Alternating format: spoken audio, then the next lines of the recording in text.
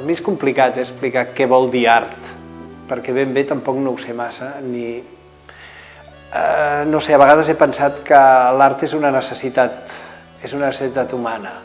Està fonamentat bàsicament amb la mirada descobridora, és descobrir alguna cosa que a tu t'arriba i a partir d'allà tu fas, ofereixes la teva resposta sobre el que t'està passant, sobre el que tu veus, sobre el que tu vols parlar.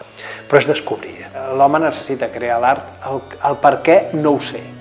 Potser és una necessitat de perdurar. A mi hi ha una cosa que sempre m'ha fascinat molt i és les pintures rupestres. Jo, veient aquesta gent, veient els prehistòrics i després veient tot el que ve al darrere, hi ha un llenguatge que ho unifica tot. Jo crec que hi ha un fil conductor al llarg de tota la història de l'art que diu com s'interpreten les imatges. És comú als grans artistes, jo crec que hi és. Segurament aquest llenguatge és l'art.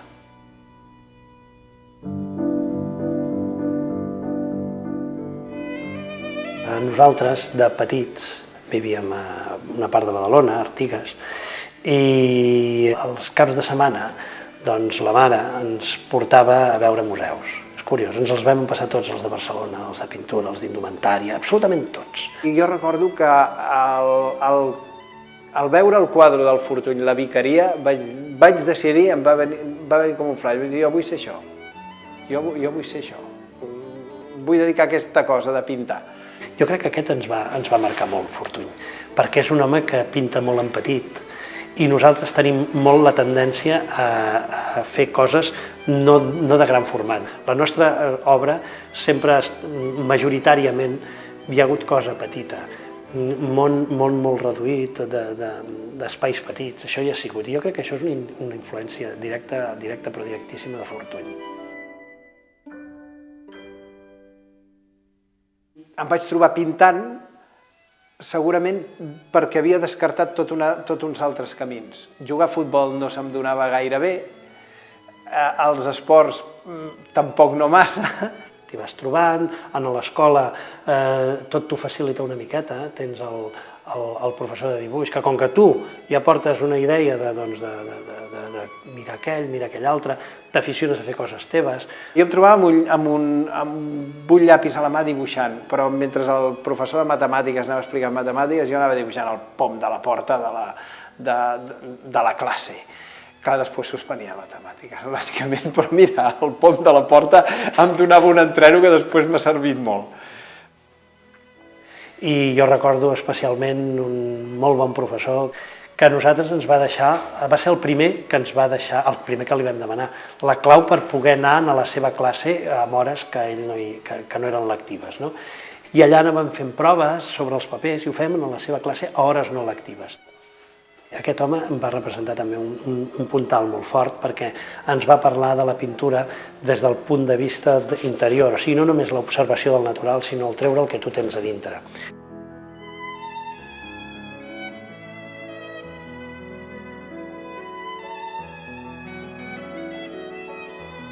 No ho sé, sé que havíem fet a partir de coses com neocubistes, perquè ens agradava mirar la pintura cubista del Picasso, del Juan Gris i tots aquests, i nosaltres inventàvem quadros cubistes. Recordo haver inventat alguna cosa cubista. Jo la primera recordo un quadre, ja molt vagament, que hi havia un arbre amb unes taronges. Al seu pati de tarongers me'n recordo, semblaven unes pilotes de ping-pong, allò.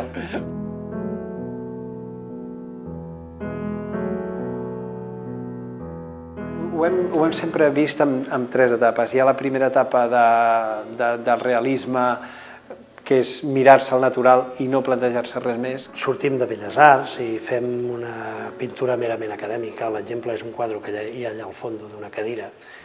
Després ve una etapa més onírica, on tu tens elements de la realitat, els personatges són reals, però la representació ja no és real. O sigui, t'oblides absolutament de captar la realitat tal com és. I després tornem a la realitat. Però tot això va molt bé perquè a l'hora de tornar a abordar la realitat te la mires d'una altra manera. Clar, res no... Tot suma aquí, tot suma. Però no tornem a la realitat com el quadre aquest d'acabar de Belles Arts, tornem amb tota la càrrega d'haver tret coses de dintre, i llavors és quan ens plantegem la pintura que ens plantegem.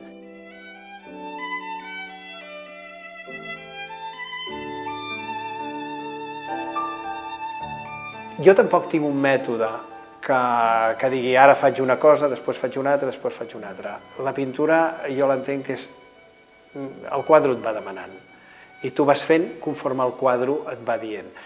Els quadres bàsicament els fa el temps, El pintor només ha d'anar aprofitant el que li va dient el quadre i anar-ho quadrant amb el temps. El quadre diu moltes coses.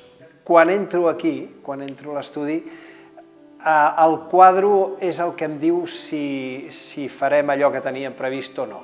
Molts rituals i moltes coses diferents no hi ha.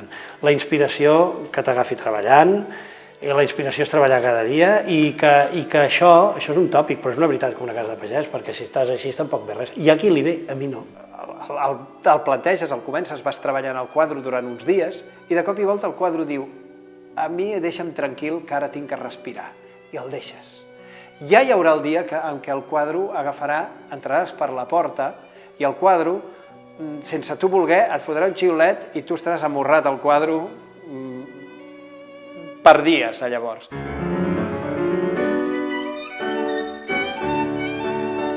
Ens ha interessat molt treballar al bodegó a partir del bodegó del segle d'or. És una revisió del bodegó, una relectura. A nosaltres ens fa il·lusió fer aquesta relectura. Ens podríem trobar que estaríem fent una pintura molt semblant si utilitzéssim els mateixos elements. Clar, elements semblants en tenim, però ho tenim d'una altra manera.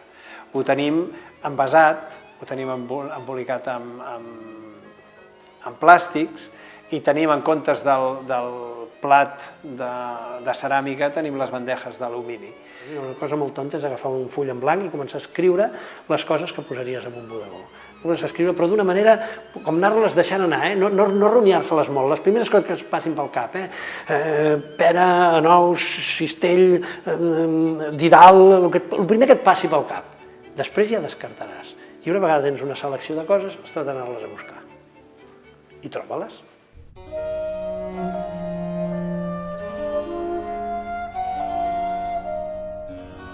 A mi el que m'agradaria és només acabar pintant figura humana, només.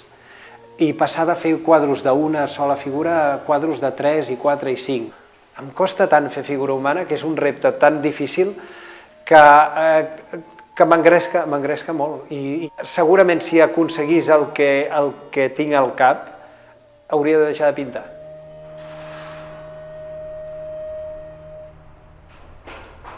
A mi com a tema m'interessa moltíssim poder treballar amb una persona durant molts anys, perquè no sempre tens algú amb qui connectis i amb qui sàpigues treure el partit, robar-li una miqueta l'ànima o el que sigui.